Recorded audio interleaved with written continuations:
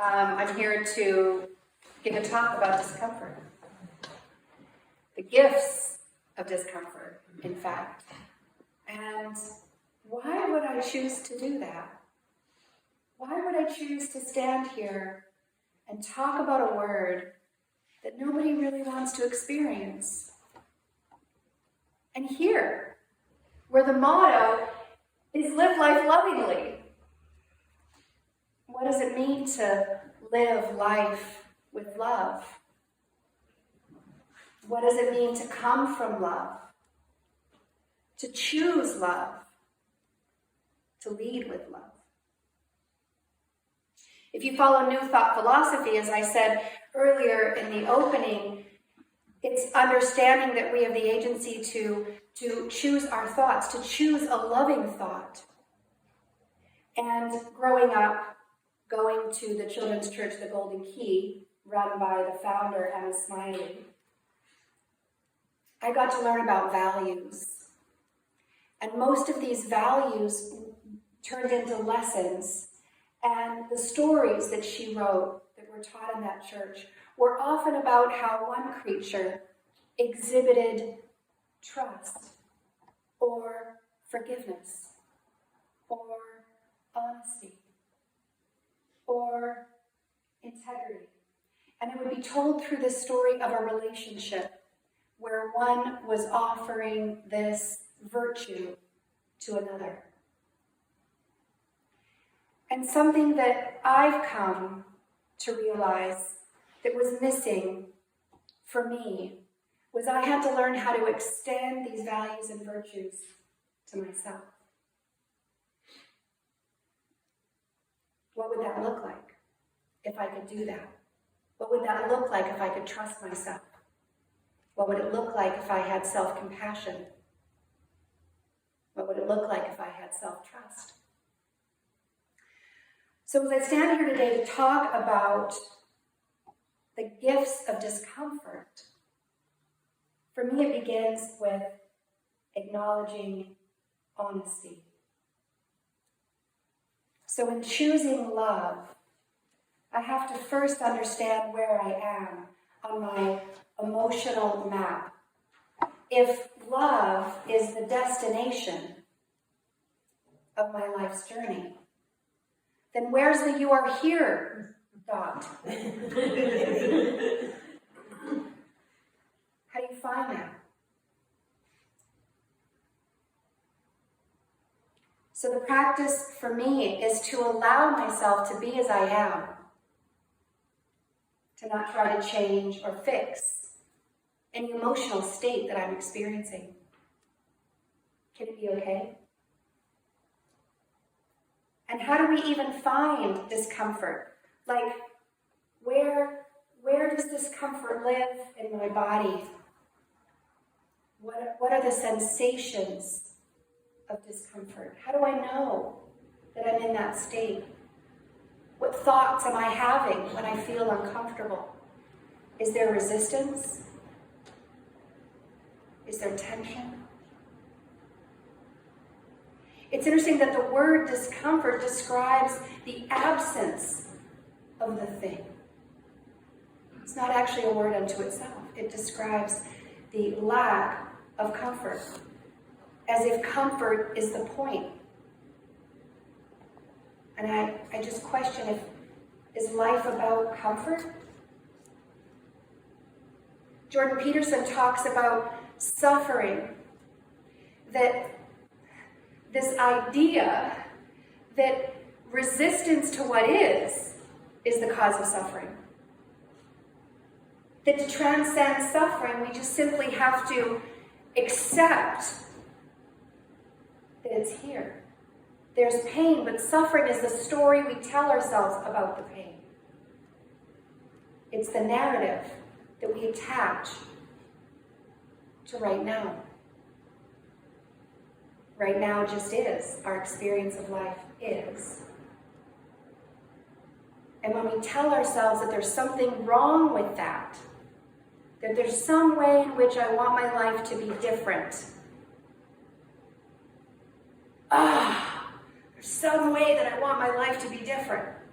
or the situation, or I wish this person would treat me differently. The struggle that happens is internal. And it's based on the narrative in our brain. So if I were to ask you to pause for a minute and think about the last time you experienced discomfort, could you pull up a memory?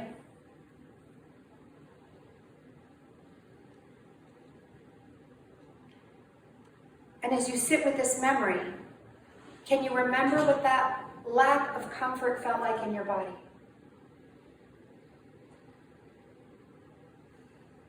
Where was it living? Does anyone want to share what the discomfort felt like in their body? Maybe it's tension in your belly. Maybe it's tightness in your throat. What keeps you up at night? What keeps you up at night? Yeah, you want to sleep. Yeah, for sure. It's definitely a result. It's like an impact, isn't it? An impact is the loss of sleep when your head is churning over the things that might make you feel uncomfortable. Yeah. And I'm so curious about how we identify the lack of comfort in our body. You know, this like clenching muscles or a heavy weight on our shoulders, or what is the sign? What is the physical sign in our bodies that is telling us you're uncomfortable? And how do you behave when you have these feelings? When you experience this tightness, or this jitteriness, or this tension, or this resistance? How might you behave from that place? Kind of grumpy. Kind of grumpy, says Linda. Yeah. No, I say one day above the ground is a good day. I heard some elderly gentlemen say that was like, oh, what could be worse? One day above the ground is a good day. So when you think about it, you're like, because you tend to be wanting to whine like, oh, it's going so bad. But like, really, there's really like, when you try to pinpoint, to think about like, where's the discomfort? At times it's just like imaginary. So at times you're so good at like imagining so much discomfort that like it's like, oh, I'm gonna die, I'm just gonna have to die. But you just like kind of like maybe because it's hard to pinpoint like oh wait, am I shaking because I'm so like I don't have money, so I'm so uncomfortable. Like I don't have money, I'm so uncomfortable. So like how is that? Is that making your legs heavy? Or is that making you dizzy that you don't have money? So then you're like, I think I'm just making it up. So because I'm like, oh my God, I don't have even any money. Oh, I'm poor. Then you're like, oh, you're so uncomfortable. Like, then you're like, oh, come on, one day above the ground is a good day. Then I leave it. When I want to pray about nothing, I'm like, no, that's not true. I'm making it up. Ah, beautiful. Beautiful, Tafaswa. Thank you.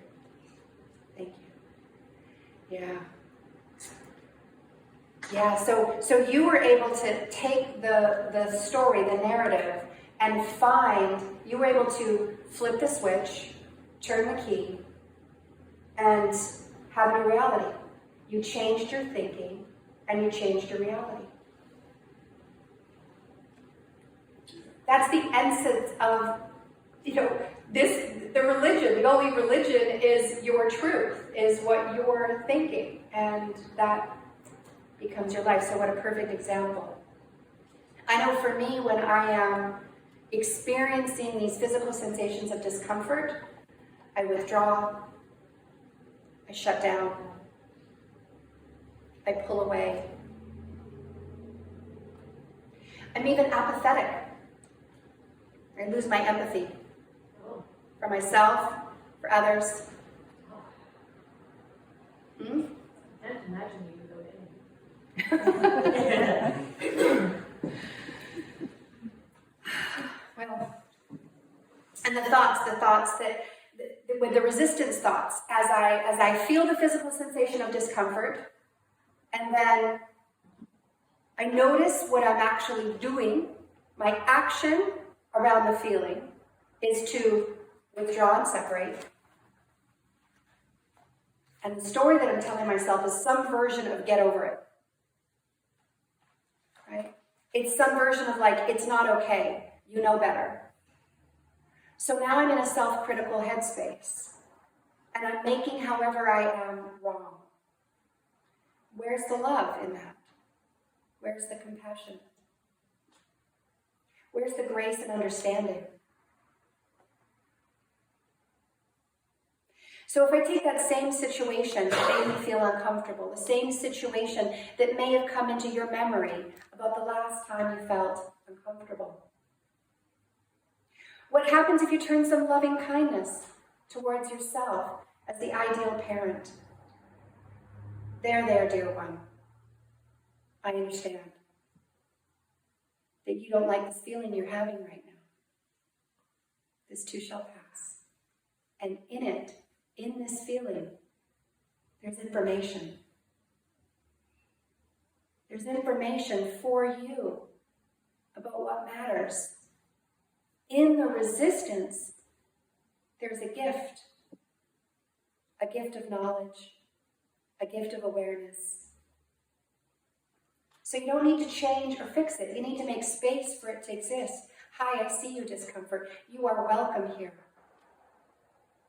Last fall, I talked about the 5 practices of authentic relating. And the first one is to welcome everything.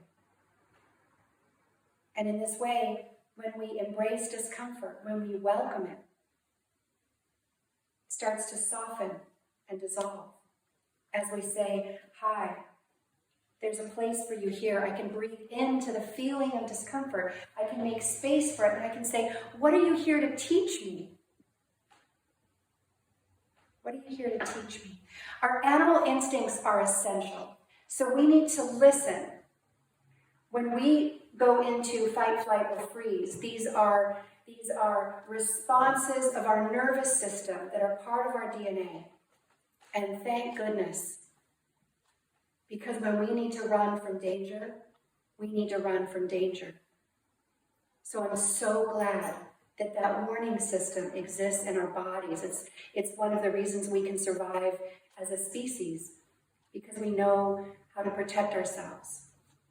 So it's very important that we have this awareness when there's true danger. So I'm not talking about discomfort that is life-threatening. I'm talking about a subtle, more unconscious form of discomfort. And when we make the hidden revealed, when we say, I see you, discomfort, I see that you're showing up right now, and you're kind of getting in my way. What's happening? And we start to address it with some curiosity. We can lean in and make space and know that that experience is also welcome. So suffering occurs when we allow our thoughts and beliefs to tell us a story that life should be some way other than what it is. We enhance this capacity for acceptance through meditation and self-reflection. I'd like to share a story about my dad. I think he's feeling a little bit uncomfortable.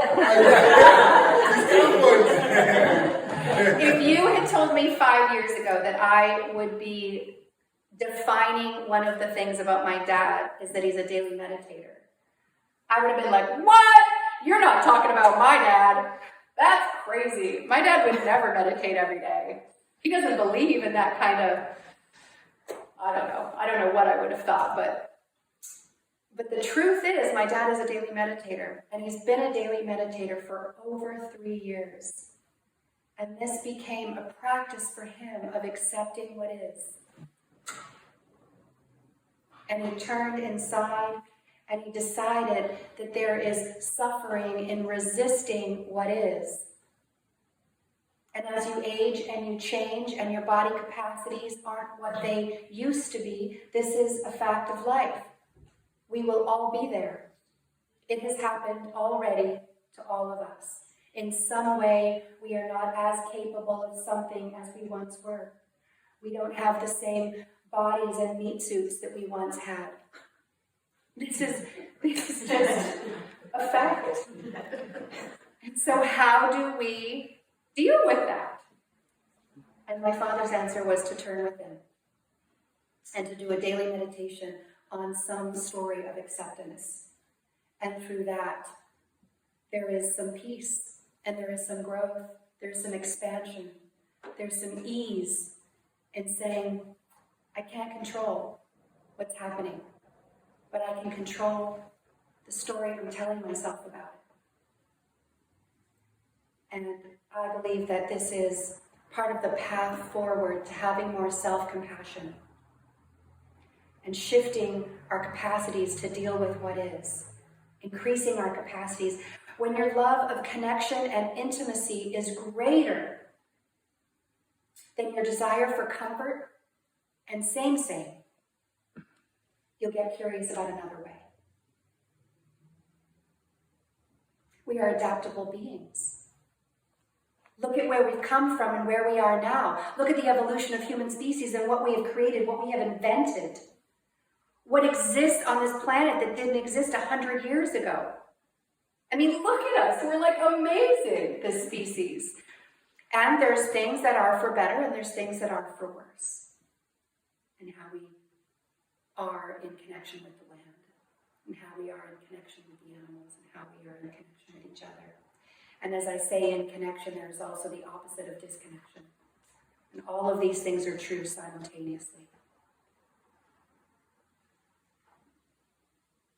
So what is on the other side? What is on the other side of this conversation about discomfort? I was here to talk about the gifts of discomfort. And all growth lies outside the comfort zone.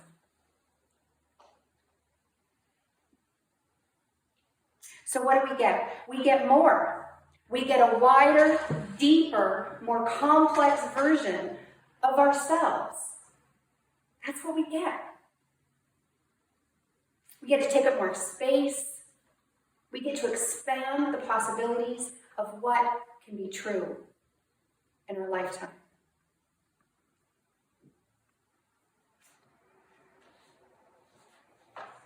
So here's the magic of this practice of embracing discomfort that I really want to share with you today. This is like the big, beautiful gift that is even bigger than what happens inside of you as you accept and be with any moment of discomfort, as you expand your capacity inside of yourself to sit with your own discomfort and not rush to change it or fix it or hide it or numb it. Guess what else happens? You become more capable of sitting with others' discomfort. You can now sit by a friend, a loved one, a neighbor, a family member, and you can be with them in their own discomfort without needing to fix it or change it or give them advice or tell them what they're supposed to do. Because there's two truths I've learned so far in my lifetime. And that's number one, nobody wants to be told what to do. And number two, we all just want to be loved as we are.